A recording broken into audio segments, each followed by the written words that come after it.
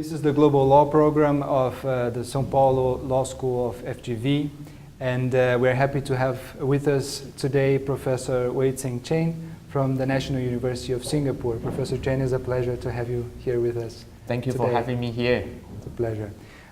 Professor Chen is going to talk to us about his course, the course that he has been teaching at the Global Law Program for the past week about law and development in China. Professor Chen, can you tell us a little bit about your course? This is an interesting course because in Singapore I talk about law and business in Greater China, but I suppose students here will be more interested in learning about the big picture. So we're talking about the law and development in China. So what is law and development? I ask my students in the first lecture. Okay. And they say, well, professor, it's about poverty, how to leave people out of the poverty. And some say it's about corruption, how to deal with the rampant corruption in developing countries. I think all these answers are valid. Personally, I think law and development is to deal with a number of legal institutions that are relevant to economic development. Right?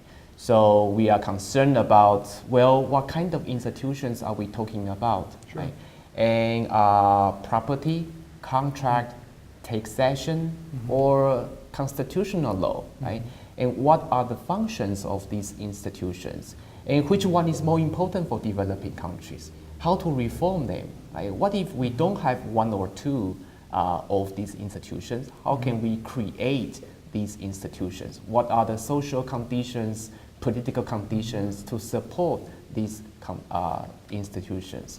So all these questions are included in my lectures. We spent the first lecture talking about the general theories, and then we move on to investigate a number of key institutions, including property rights, contract, tax, financial institutions. And then in the next lecture, we come back to answer the general questions again. So that is pretty much I cover in my 5 lectures. That sounds very interesting. And how did the students react to to this approach on law and development? They impress me. I'm so envy you guys, having these brilliant students.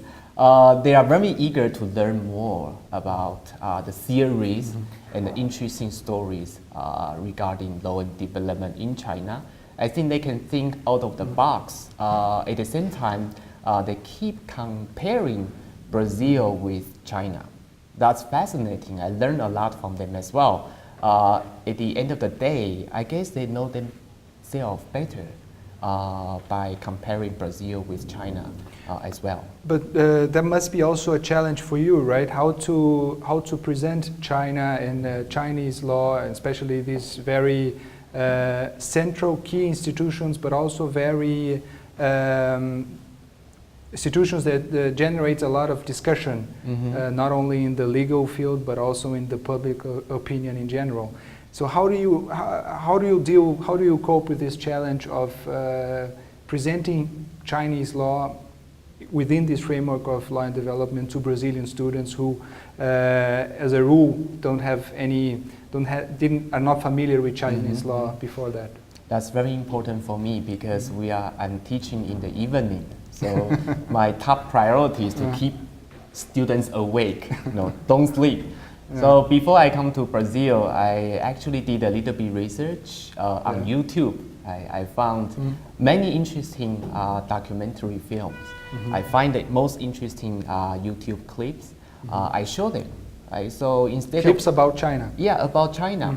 So we talk about when we talk about properties, right? There's a fascinating documentary film about the ghost towns in China as a result of the overheating real estate department. Right? So I show the video clip for them, and they're surprised, because when we hear about the term ghost towns, we think it's like a tiny houses haunted by the ghost. It's not the case. It's a huge city, but it's empty, right? Nobody, no resident, no business out there.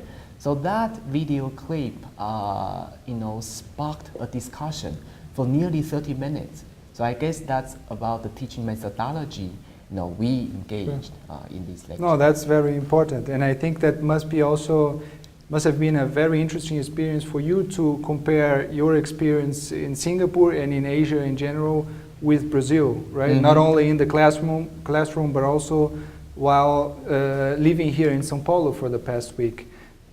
Were you able to draw any comparisons that you might think it would be interesting to mention? There are many interesting comparisons. I guess I still have to learn more about Brazil. But what is fascinating is I discover, China, Brazil, both are great, impressive, huge emerging market, right? Facing similar issues, similar challenges, but at the same time they have different social and political conditions. So for me as a scholar, it's fascinating to see how these similarities and differences have been translated into different institutional outcomes. Right? I remember we talked about this, the sushi in Brazil. It's interesting to see the difference, how you guys eat sushi in Brazil. In Brazil, I discovered you serve sushi together with cream cheese. In Asia, we eat sushi with wasabi. Right? So they look identical, they share the same name, but the tastes are very different. Similarly, some legal institutions, banking institutions, property rights, they look similar, but I found the functions of these institutions are very different in Brazilian and Chinese context. So these are something I have learned. I wish I can continue to learn more about. During our conversations, I've noticed that this functional approach to comparative law is very important to you. How far do you think that this could be a very productive way of looking and comparing legal institutions, not only between, say, Brazil and China, but also as a method for comparative law in general?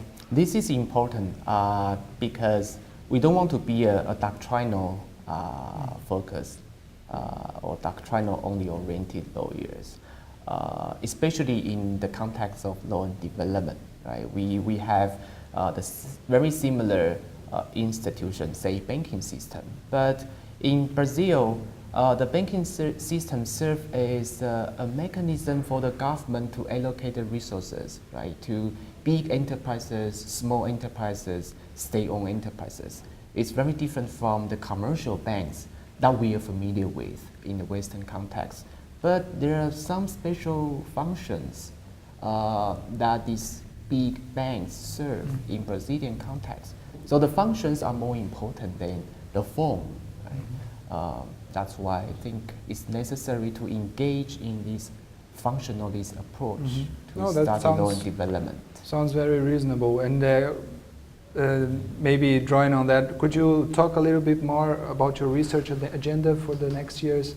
What interests you and what possible subjects you will work on that Brazilian scholars also might be interested in? Currently, I'm doing some RMB internationalization project, as well as some domestic banking reform, in the face of the globalized regulatory changes. But from the trip in Brazil, I really wish I will be able to broaden my horizon, broaden my research and writings, and at some point to include Brazil. As I say, both countries share very similar social and economic conditions, but how do they deal with their differences? How these differences has been reflected in the legal institutions?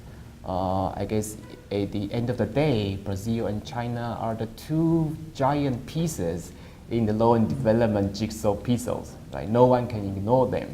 So I hope I will be able to continue to study about Brazil and to include Brazil into this comparative law and development project.